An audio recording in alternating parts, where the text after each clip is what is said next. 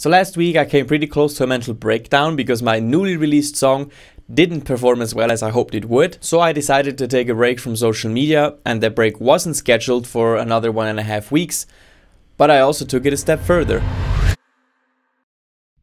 What's up everyone, my name is Dominic, I'm a Swiss singer and songwriter, and since this video marks a new beginning, we're going to use our new slogan for the first time, and that slogan is Strike Emotion. So if you're coming over from my Instagram, you probably know that I've been taking a short break, so this video will give you a little bit of insight. If you're new here, welcome. This channel is all about music and emotion, so if that's something you're into, subscribe and also follow me on all socials. The links will be in the description box below. So let's get into this. Now before we begin, can we maybe get like some calm music, like something that you would listen to when you're thinking? So in the beginning of May, I stumbled on a video on YouTube about dopamine detox. It sounded really interesting. It's basically where you cut out all sorts of dopamine sources for an entire day. I will get more into it in a second. So I decided to do it, but I didn't really know when, because I did have a single release coming up, and the single release takes up a lot of time and energy, and you have to be focused, especially on your social media, because this is where you're promoting your song. So I released the song after like a 3-week period of promo. So that means lots of time spent on social media, and my Instagram page, that's where I'm mainly active on, didn't perform well in weeks. Extremely low numbers in regards to like reach and likes and stuff like that, which is a toll on your mentality as it is, but I've already addressed this last year and it doesn't affect me that much anymore. But in conclusion, of course, my song also didn't perform as well, because obviously if the reach isn't there, not a lot of people are going to see that there's actually something new happening.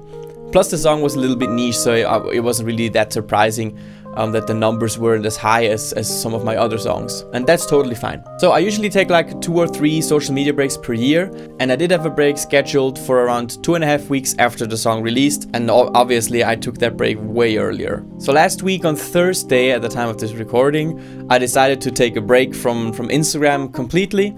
And I also decided to do a dopamine detox on Sunday. So to educate myself more about the actual dopamine detox, I watched a few videos from a guy named Andrew Kirby.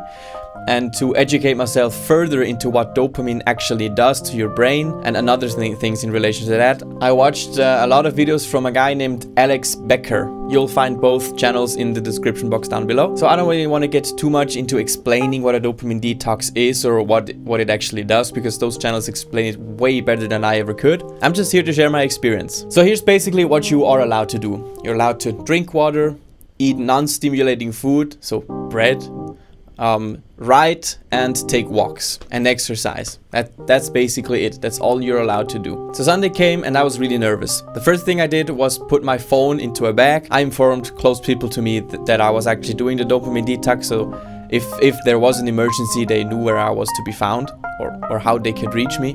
So after that, I drank a glass of water and ate some bread. Then I got really bored. So I cleaned up my place a little bit and I got bored again. It was 9 AM. I kind of felt a little bit like a prisoner, like I was punished for something.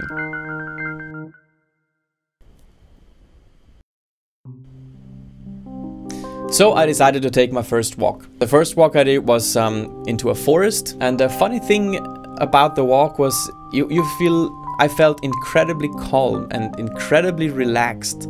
There was no distraction.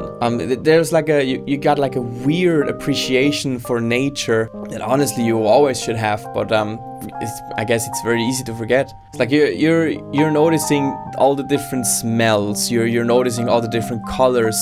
The morning sun was incredible. And I walked up to like a little hill where there was like a really great view over the town I'm living in. It's absolutely fantastic. So you kind of get a little bit of like an explorer vibe, kind of. So then I got back home. It was like 10 AM and I was bored again.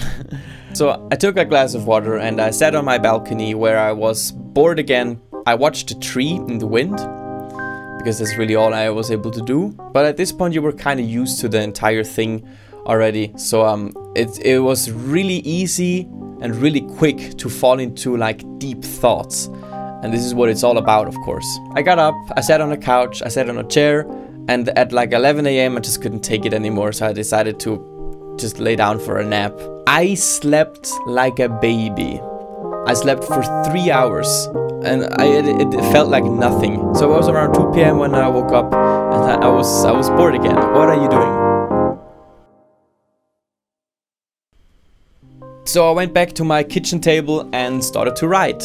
This is one thing that you are allowed to do, and one thing that's very advisable to do. You're just starting to write down things, and you're starting to think about things that should have been long forgotten. You remember stuff you never would have thought you would ever remember again. I felt bad for stuff I did in the past.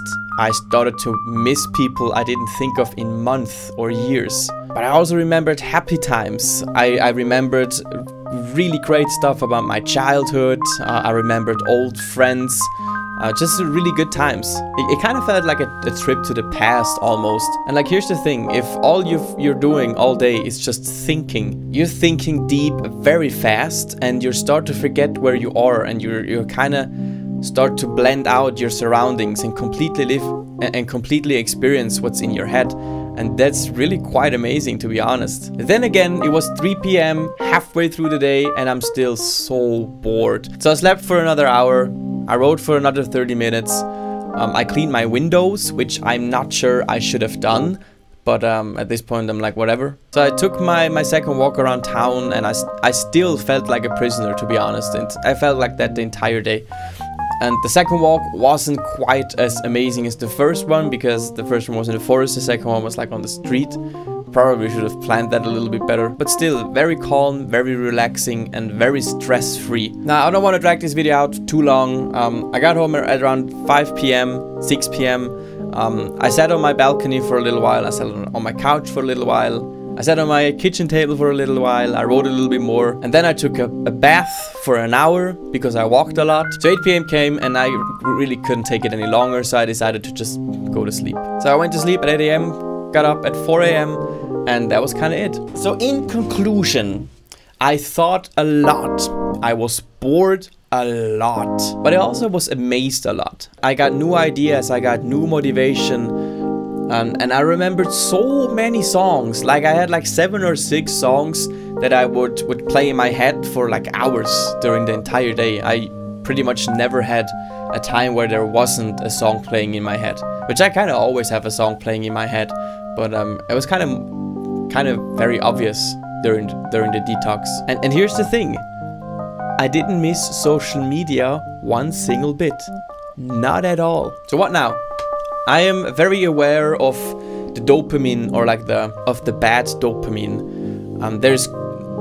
You need dopamine to get yourself motivated, but there's like instant satisfaction dopamine that social media and other things give you, and the brain always looks for like the least resistance, and you only have like a limited amount of dopamine. So at some point all your motivation is just gone. And of course that interferes with a lot of things, with your work and with your personal projects. Me being a musician, making music is what I should be doing, and not scrolling mindlessly through social media and all things like that. I also turned off all notifications for my social media apps except for like messenger apps. I also cleared my entire home screen. There's just one folder for productivity apps and one app I use daily. And then there's pages of folders, and then on page 5 at the very end there's a folder called Dopamine where I put in all my social media apps. And I also deleted TikTok.